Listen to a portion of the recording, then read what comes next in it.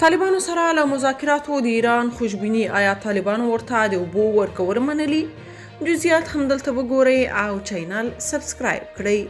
د ایران د بهرنی چارو وزیر حسین امیر عبدالحیان وایي چې هیواد یې د هلمند سیند د اوبو د ویش یعنی حقابې پر مسلې د طالبانو له حکومت سره په خبرو بوخت دی او دا خبرې ښې روانې دي.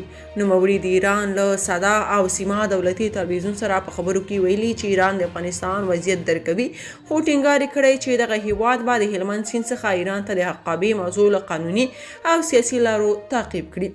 نوموړي زیاته کړې چې تر اوسه د افغانستان په چارو کې د ایران له ځانګړي استازي سره د طالبانو د حکومت پلاوي خبرې اترې مثبتې او د منلو وړ دي.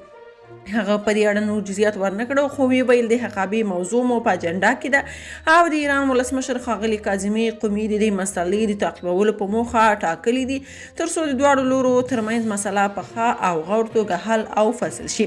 د طالبانو د حکومت د بهرنیو چارو وزارت هم د دې خبرې پخلی کړی چې د افغانستان په چارو کې د ایران ځانګړي استازي حسن کاظمي قومي او په کابل کې دغه هیواد سفیر لامین خان متقي سره کتلي او په دې اړوند خبرې ورسره کړي دي.